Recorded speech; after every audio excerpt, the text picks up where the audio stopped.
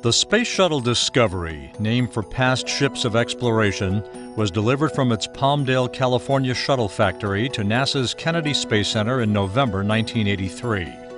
Since then, Discovery has lived up to the historic legacy of its name. It flew to space more times than any other spacecraft. In orbit, it released a telescope to probe the universe and a spacecraft to explore the Sun. It carried laboratories to study weightlessness and instruments to study the Earth and its atmosphere. Early in its career, Discovery became the first spacecraft to bring a satellite back to Earth. Booster ignition and liftoff of Discovery, making shuttle history and building our future in space. But perhaps even more compelling than the discoveries it enabled in space is the spirit this vehicle has helped humanity discover on Earth.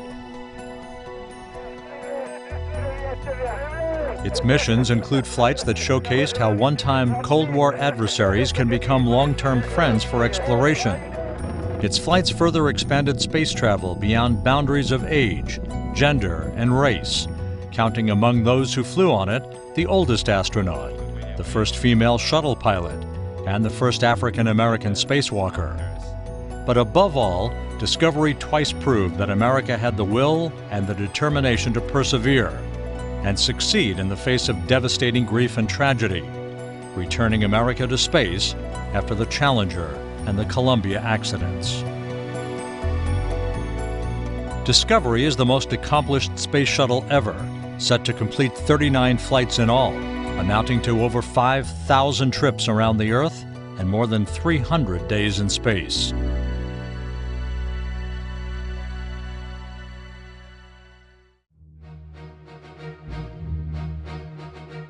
Discovery's long history in space began in August 1984. 3, 2, 1. We have SRB ignition and we have liftoff. Liftoff of mission 41D, the first flight of the orbiter Discovery, and the shuttle has cleared the tower. When it launched from the Kennedy Space Center on STS-41D, Discovery held more than 41,000 pounds of cargo in its payload bay, a shuttle record at the time. The primary cargo consisted of 3 communications satellites. Among them was LESAT, the first large communications satellite specifically designed to be deployed by a space shuttle. The 6-person crew deployed all 3 satellites and tested an experimental solar array wing to prove technology for possible use on future space stations. On its second mission, STS-51A, in November 1984, Discovery headed to orbit to deploy 2 more satellites and retrieve 2 others. The spectacular retrievals would be accomplished by astronauts using jetpacks called the Manned Maneuvering Units, or MMUs. The retrieval of the first satellite, Palapa B2, took some improvisation. Spacewalker Joe Allen first captured the satellite with a device called a Stinger and guided it to Discovery's payload bay. After experiencing initial problems, the crew teamed up to manually berth it in the payload bay itself. All right, we got her. Now, do you want me to move across? Did you get yours too, Joe? The big latch yours? Mine's latch. The mission marked the final time the MMUs were used. In 1985, Discovery became the only shuttle to fly 4 missions in the same year. One of those, STS-51D, included 2 more satellite deploys. Utah Senator Jake Garn was a mission specialist on the crew, becoming the first sitting member of Congress to fly in space. During landing, Discovery suffered a blown front tire and brake damage. The incident prompted NASA to move future shuttle landings to Edwards Air Force Base in California until nose-wheel steering and brake improvements were implemented some 5 years later.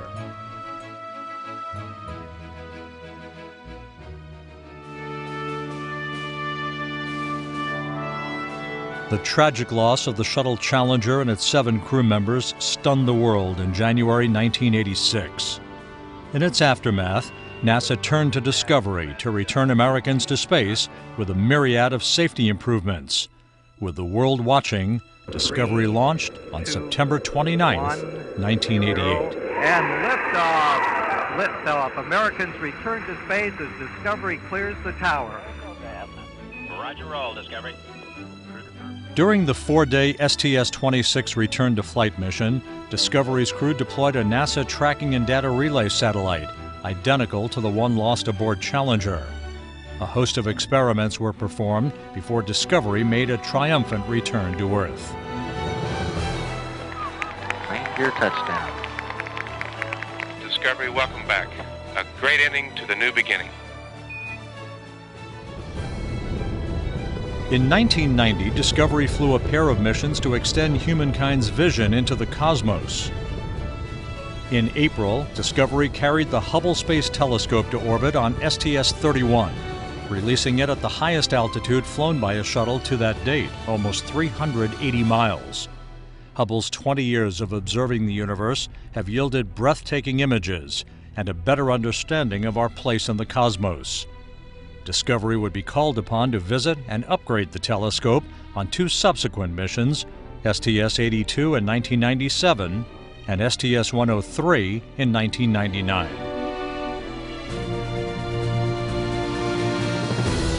In October 1990, Discovery launched the European Space Agency-built Ulysses spacecraft. The robotic probe would make unprecedented observations of the Sun's polar regions for the next 18 years. When Discovery was built in the early 1980s, few would have envisioned its crews or destinations, including a program that began on its 18th flight, STS-60, in February 1994. The mission was the first cooperative human spaceflight between NASA and the Russian Federal Space Agency of the Shuttle Mir program. Discovery's crew included Russian cosmonaut Sergei Krikalev, and the commander of the historic mission would go on to become NASA administrator, Charlie Bolden. Almost a year to the day after Krikalev's flight, Discovery would make history again as the international partnership progressed. On mission STS-63, Discovery's 6-person crew included cosmonaut Vladimir Titov, mission commander Jim Weatherby, and first-ever female shuttle pilot Eileen Collins guided Discovery to within 40 feet of the Russian Mir space station to certify procedures that would be used later for the first docking of a shuttle to a space station. We are bringing our nations closer together. The next time we approach, we will shake your hand, and together we will lead our world into the next millennium. It was the first rendezvous of a space shuttle with Mir. The mission also saw astronaut Bernard Harris become the first African American to walk in space.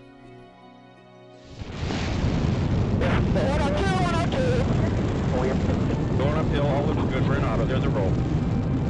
Houston, Discovery, roll program. Roger, roll, Discovery. Discovery would not visit Mir again until June 1998 on mission STS-91.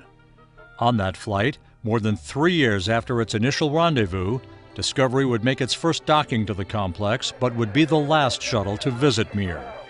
Congratulations on an outstanding rendezvous and historical 9th docking with Mir.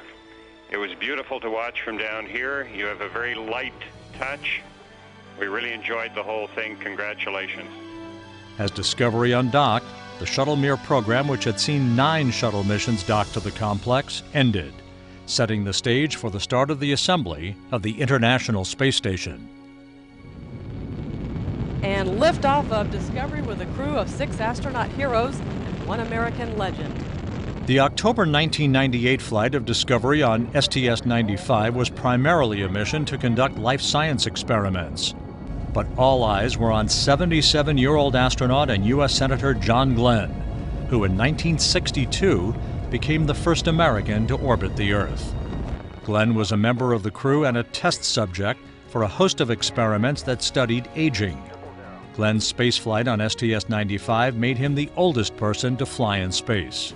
Hello, Houston. This is PS2, and they let me get sprung out of the middeck for a little while. We're just going by Hawaii, and that is absolutely gorgeous.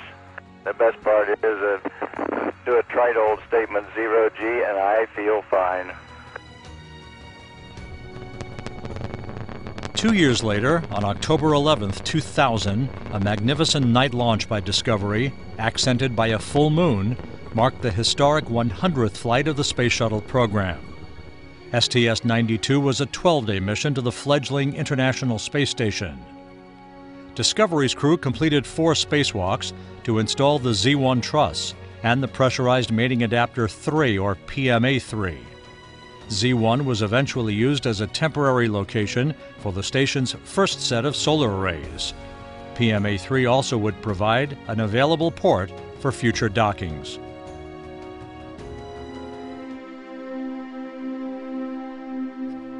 In February 2003, the world again mourned as the shuttle Columbia and her 7 crew members were lost during re-entry.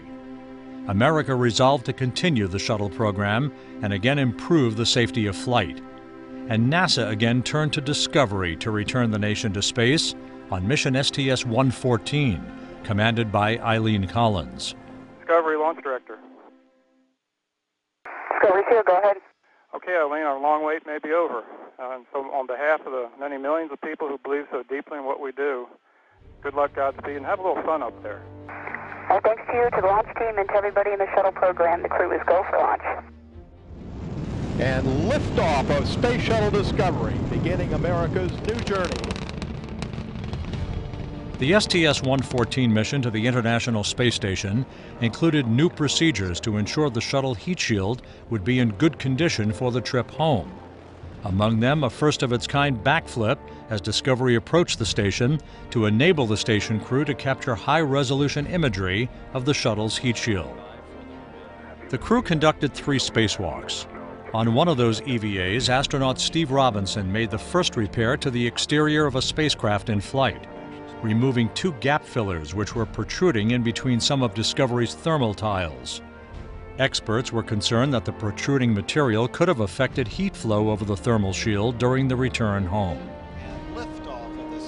NASA's final mission of 2006 was expected to be one of its most challenging.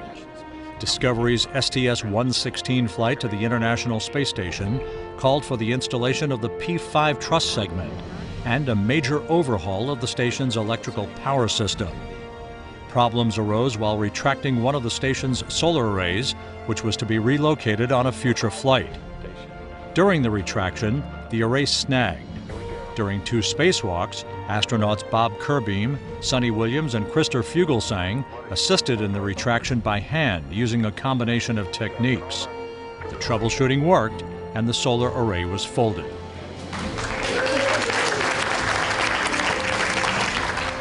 During the work, Kerbeam became the first person to complete 4 spacewalks during a single mission. In October 2007, Discovery headed back to the space station. STS-120 marked the first time that 2 female commanders were in space together: Discovery Commander Pam Melroy and Station Commander Peggy Whitson, the first woman to command the space station. The mission included installation of the Harmony module on the station and relocation of the truss and solar array that had been folded on STS-116. The 105-foot-long solar array tore while unfurling. After studying the situation, Mission Control devised a solution which called for the crew to make cufflink-type devices out of wire straps to mend and stabilize the array. Scott Parazinski and Doug Wheelock installed the devices, and the array was deployed. We've got deployed discretes, 2 deployed discretes. All right. Beautiful. Great news. Beautiful. What an accomplishment. Nice teamwork. The 15-day mission was Discovery's longest. On STS-124 in May 2008, Discovery headed back to the station to deliver the centerpiece of the Japan Aerospace Exploration Agency's experiment laboratory, Kibo, which means hope in Japanese. STS-124 was the second of 3 shuttle flights to deliver elements of Kibo, the station's largest laboratory. JAXA astronaut Aki Hoshide and NASA astronaut Karen Nyberg installed the module and also became the first to float into it after its hatch was opened. In March 2009, Discovery traveled to the station on mission STS-119. The flight installed the final set of solar arrays for the complex, bringing it to full power capability. When its flights are completed, 180 people will have flown aboard Discovery. The fleet leader will have flown almost 150 million miles. The journeys of discovery enabled humanity to see the farthest reaches of the universe and to peer deep inside the indomitable human spirit.